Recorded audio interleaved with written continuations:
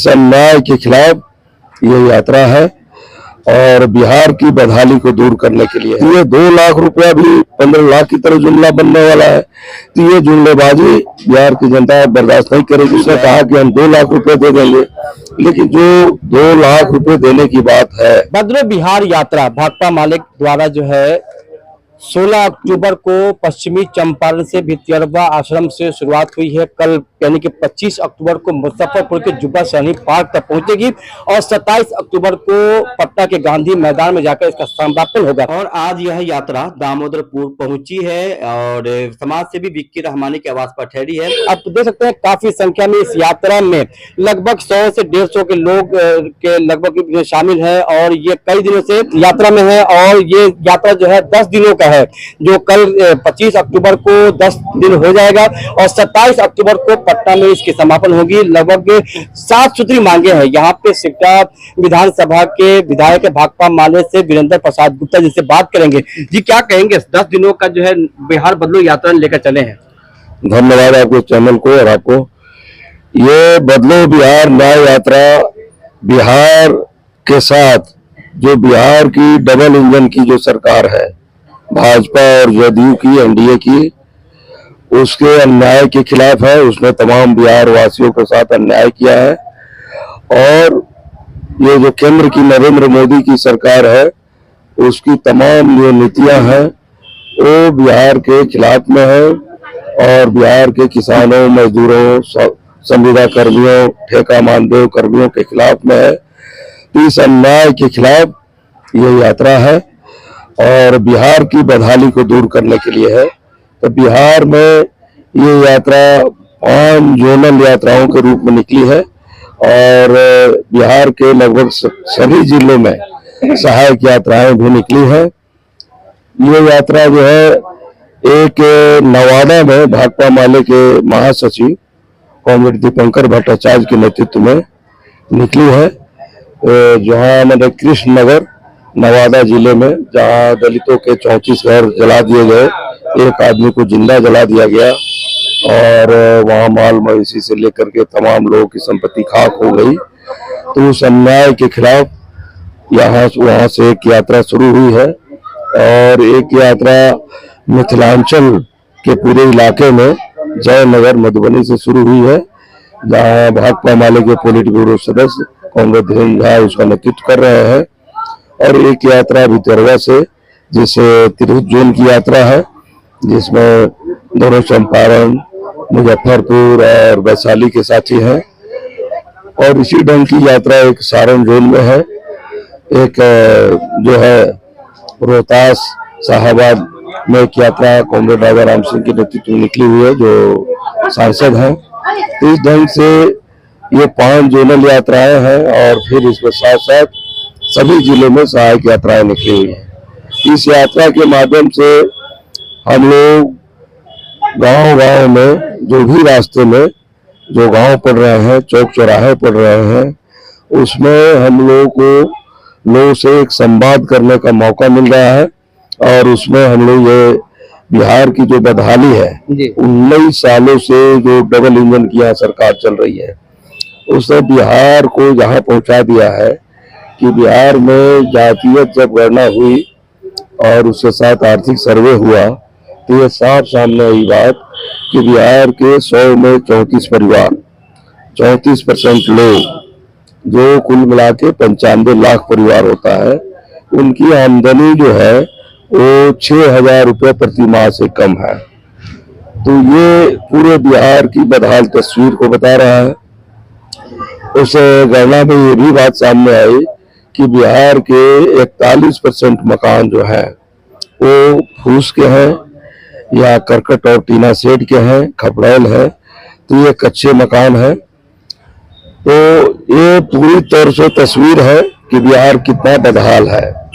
तो इस बदहाली के खिलाफ बिहार को बदलने की लड़ाई है और ये अब साफ हो गया है कि भाजपा जदयू के नेतृत्व में बिहार के रहने से ये बिहार में जो बदहाली है वो नहीं ठीक हो सकती है, बिहार की गरीबी नहीं ठीक हो सकती है और बिहार में जो तमाम तरह का पिछड़ापन है वो नहीं ठीक हो सकता है।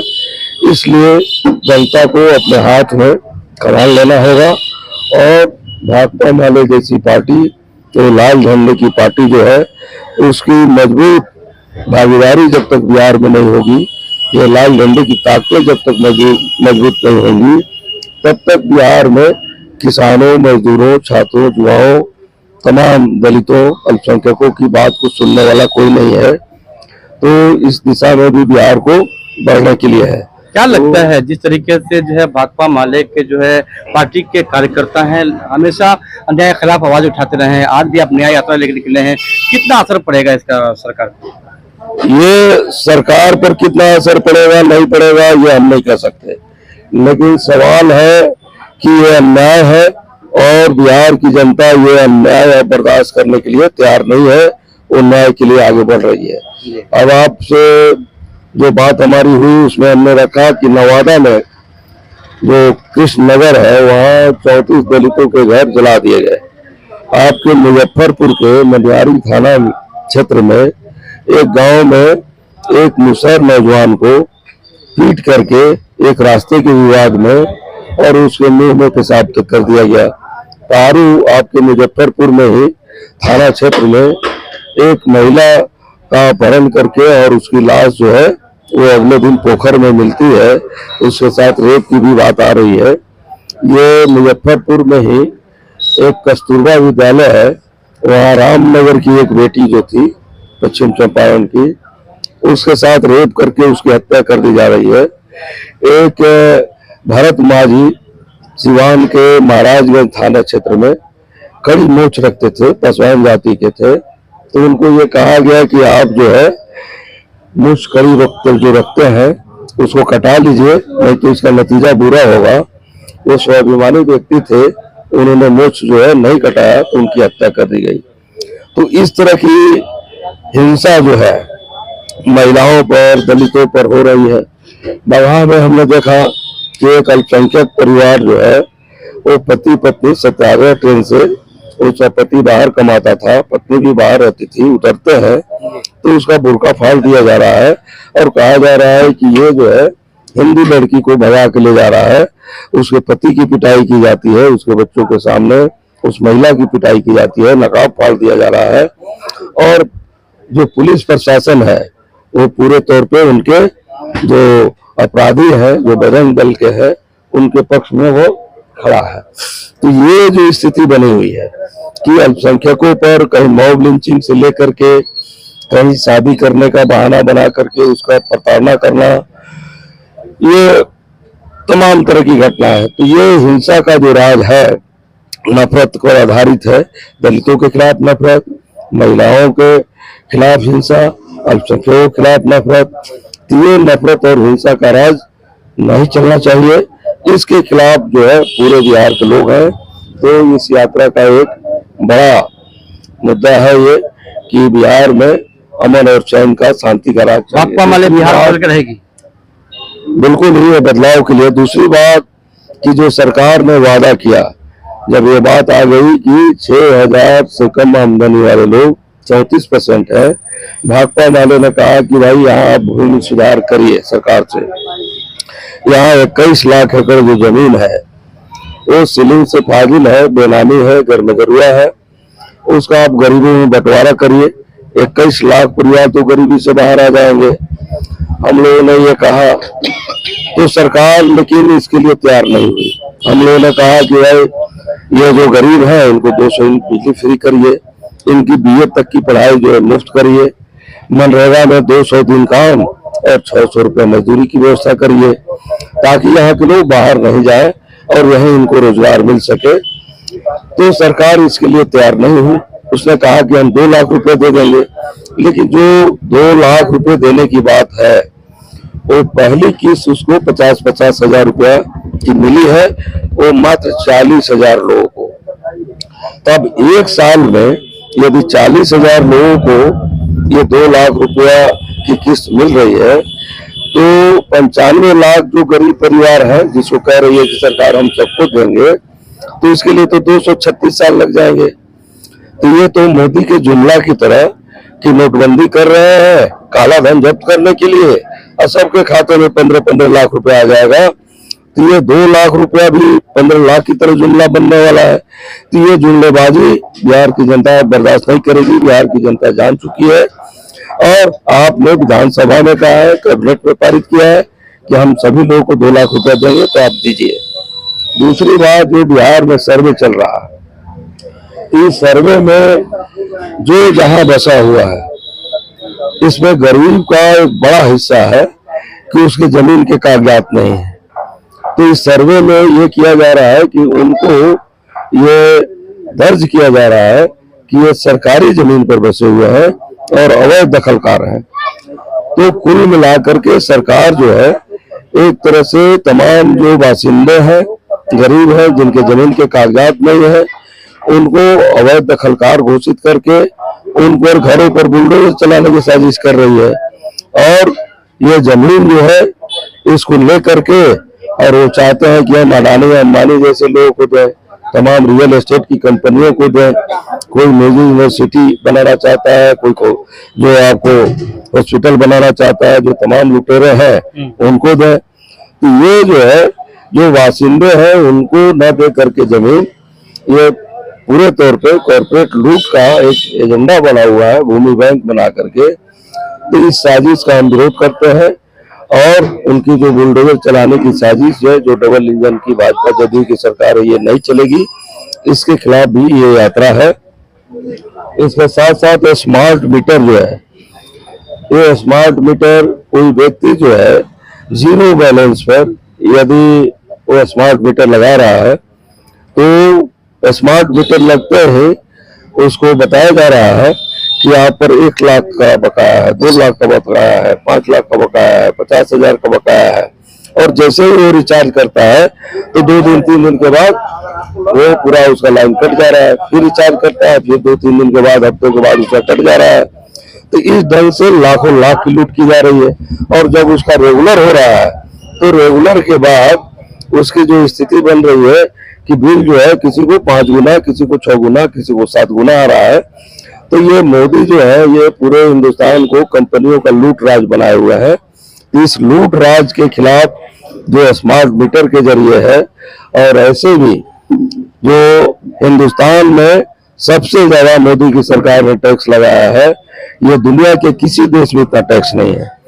चाहे वो रोड पर का टैक्स हो, गाड़ियों का टैक्स हो, टोल टैक्स हो, एक ही है सड़क, और उस पर 3 तरह के टैक्स लग गए। अब इसी ढंग से वो तमाम तरह के टैक्स लगा रहे हैं, और ये सारे पैसे जनता के लिए नहीं कि कोई सरकार यदि टैक्स ले रही है तो जनता को उससे सहूलियतें मिले, उसके बाढ़ के लिए पैसे दे दिए जाए, निदान के लिए, उसके स्कूल कॉलेजों के लिए दे दिए जाए, हॉस्पिटल के लिए दे दिए जाए, इसके लिए नहीं, बल्कि ये तमाम लोग का पैसा जो है अडानी और अंबानी जैसे लोगों को देने के लिए हो रहा है। तो ये कंपनी राज नहीं चलेगा। और स्मार्ट मीटर का जो धंधा है ये लूट का धंधा है, और पूरा इसमें कमीशन खोरी सरकार कर रही है। उन्हीं कंपनियों से इलेक्ट्रल बॉन्ड जो है वो ले रही है, जिसके माध्यम से वो अरबों रुपया लेकर के और पूरे हिंसा और नफरत की राजनीति कर रही है। तो इस स्मार्ट मीटर का हम लोग विरोध करते हैं। ये अन्याय है, ये लूट का राज है। और सीधे तौर पर बिजली बिल आधा होना चाहिए। गरीबों का बिजली बिल झारखंड की तरह, ये पंजाब की तरह, दिल्ली की तरह जो है वहाँ की राज्य सरकारों ने किया है, 200 यूनिट माफ होना चाहिए। और किसानों की जो खेती बाड़ी के लिए बिजली है उसको जो है ये बिजली जो है मुफ्त होनी चाहिए। ये हम सीधे तौर पर मांग करते हैं। इसके साथ साथ जो ठेका मानदेय संविदा पर लोग हैं, जो आशा है, रसोईया है, ममता है, ये आंगनबाड़ी है, जीविका है, तो ये सरकार जो है ये घोषणा कर रही है कि केंद्र सरकार की जो न्यूनतम मजदूरी है 800 रुपये से कम नहीं है। लेकिन यहाँ रसोईया को केंद्र सरकार की योजना मिड डे मील वर्कर है, तो उसको मात्र 59 रुपये मिलते हैं। आशा को मात्र 50 रुपये मिलते हैं प्रतिदिन। तो ये उन्होंने पूरे महिलाओं को समझ लिया ये सबसे सस्ती गुलाम है। तो ये गुलामी का जो राज वो एस्टेब्लिश किए हुए हैं, 10 लाख महिलाएं इसमें लगी हुई है। तो ये गुलामी करवाने का और बाकी लोगों को कंपनियों का गुलाम बना के रखने का, सरकार का गुलाम बना के रखने का जो ये राज चल रहा है ये राज नहीं चलेगा।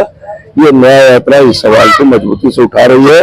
इसके साथ साथ हम ये कहना चाहेंगे कि 19 साल पहले बिहार में जो सत्ता कायम हुई थी नीतीश और भाजपा की, तो उसके बाद से बिहार तो काफी बदहाल हुआ। बिहार को विशेष राज्य के दर्जे की जरूरत थी। इसकी बाढ़ की समस्या को देखते हुए, इसकी गरीबी को देखते हुए, इसके पिछड़ेपन को देखते हुए, उद्योग धंधा विहीन स्थिति को देखते हुए, अच्छे शिक्षण संस्थान यहाँ नहीं है, इसको देखते हुए तो बिहार को विशेष राज्य का दर्जा जो है अब की मिल सकता था, क्योंकि बिना नीतीश के केंद्र की सरकार नहीं बन सकती थी और पीएम जो है जो प्रधानमंत्री है वो नहीं बन सकते थे। तो ऐसी स्थिति में नीतीश ने बिहार के लोग साथ गद्दारी किया, सीधे तौर पे धोखाधड़ी किया।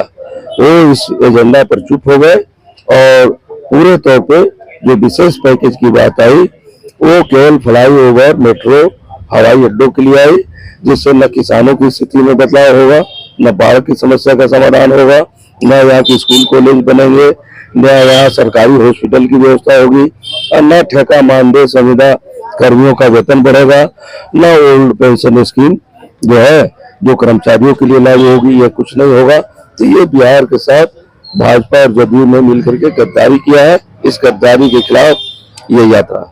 तो जैसा कि बात कर रहे थे अभी सिकटा विधानसभा क्षेत्र के विधायक वीरेंद्र प्रसाद गुप्ता से, जिन्होंने जो है 7 सूत्री मांगों को लेकर बिहार बदलो न्याय यात्रा निकाला है और कहना है कि जो सरकार की मंशा है वो कहीं ना कहीं वो छल है। और जिस तरीके से मानदेय की बात करें या फिर जो है आंगनबाड़ी की बात करें या फिर स्मार्ट मीटर की बात करें तो कहीं ना कहीं जनता के साथ धोखाधड़ी की जा रही है। इसी तरह खबर देखने के लिए बने रहे हमारे साथ। फिलहाल इजाजत, अपने सभी के साथ धन्यवाद।